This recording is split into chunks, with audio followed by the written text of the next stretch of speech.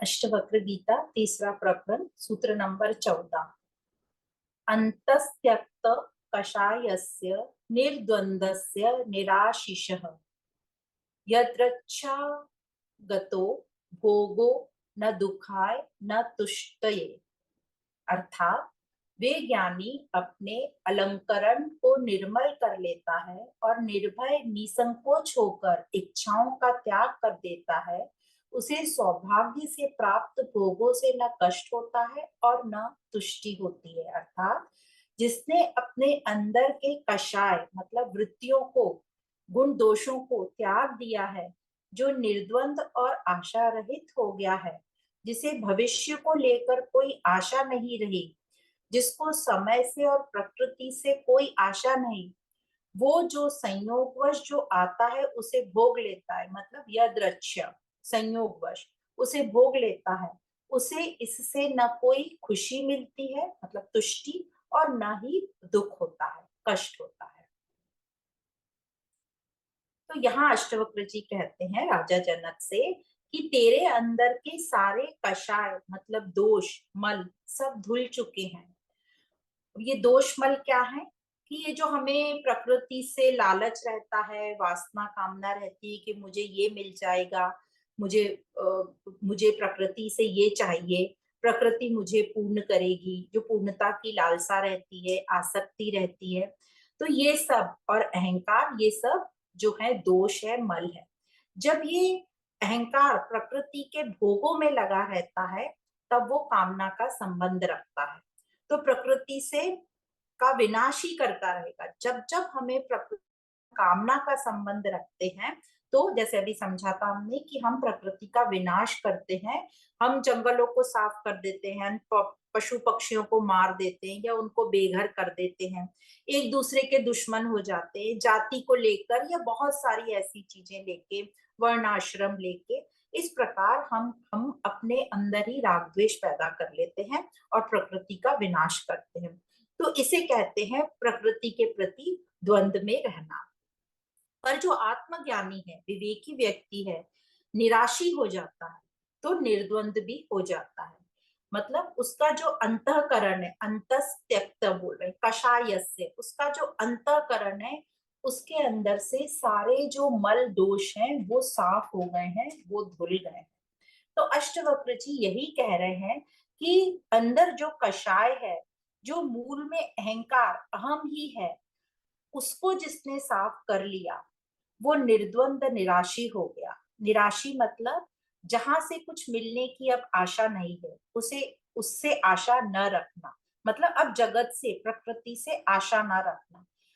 तो अज्ञान में हमने बहुत कामनाएं रखी और उस कामनाओं के चलते हमने प्रकृति का विनाश कर दिया। पर जो निराशी व्यक्ति है, जो ऐसा व्यक्ति है, वो दुख सुख को चुपचाप ही भोग लेता है। दुख सुख, गर्मी सर्दी, लाभ हानि, प्रिय अप्रिय, क्योंकि वह अंदर गहराई में उतर चुका है, वह अपने केंद्र में स्थित है। क्या है उसका केंद्र? आत्मस्तोना, आत्मा। उसे अपने अंदर के केंद्र से बेहद प्यार हो चुका है, वो प्रेम में है। तो बाहरी परिस्थितियों में वो अपनी एनर्जी अब वेस्ट नहीं करता, अपना टाइम वेस्ट नहीं करता। उसके आसपास करने को बहुत अच्छे काम है, वह अपने आप से ही बहुत अच्छे अच्छे ऊंचे काम करना चाहता है, तो वो बाकी जो कुछ घटित हो रहा है आसपास छोटी मोटी चीजें, उसमें अपना टाइम और एनर्जी वेस्ट नहीं करता। बाहर जो हो रहा है उसे भोगता रहेगा। शरीर को चलाने के लिए हमें प्रकृति तो लगेगी ही लगेगी। तो ऐसा नहीं है कि प्रकृति के साथ हमारा कोई संबंध ही नहीं रहेगा, क्योंकि ये शरीर भी प्रकृति है और प्रकृति हमें मिला है ये जीवन यात्रा के लिए। तो शरीर को चलाने के लिए प्रकृति से जो लेन देन है, जो भोग है, वो तो चलता रहेगा, पर अंदर अपने सत्य को वो समर्पित रहेगा। शरीर तो जड़ है, वो भोगता रहेगा, उसे अच्छे से पता है, पर मैं चैतन्य हूँ और मैं उससे प्रकृति से आसक्त नहीं हूँ, ये वो अच्छे से जान गया। तो बाहर जो चल रहा है उससे न वो प्रभावित होगा, न आसक्त होगा, न त्याग न विरोध। बाहर समभाव, जड़ जो है बाहर जड़ता से समभाव रहेगा और अंदर जो चैतन्य है वो आत्म भाव में रहेगा। तो हम जो है बाहर भी द्वंद में रहते हैं और अंदर भी हम बहुत सारे ढेर सारे हमारे में कामनाएं हैं जो हमें द्वंद में रखती है। तो यह आत्मज्ञान से ही हमें समझेगा कि प्रकृति हमारी कामनाएं पूरी नहीं कर सकती। ये कामनाएं जो पूरी हमारी थोड़ी बहुत होती भी हैं, वो संयोगवश होती हैं। ये हमें अच्छे से जानना है।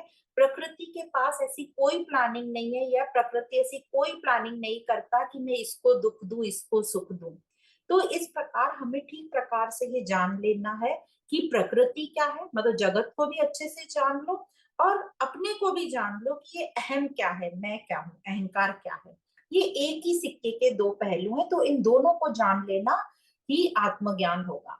तो इस प्रकार यह जो तीसरे प्रकरण में सब कुछ बताया, जहाँ अष्टवक्र राजा जनक को सचेत कर रहे हैं आत्मज्ञान के लिए कि कभी भी जो है आदमी फिर से फिसल सकता है, तो बार बार सचेत किया जाए। याद रखना कि आत्मज्ञान की जो यात्रा है, इसको अभ्यास को और चिंतन कभी नहीं छोड़ना।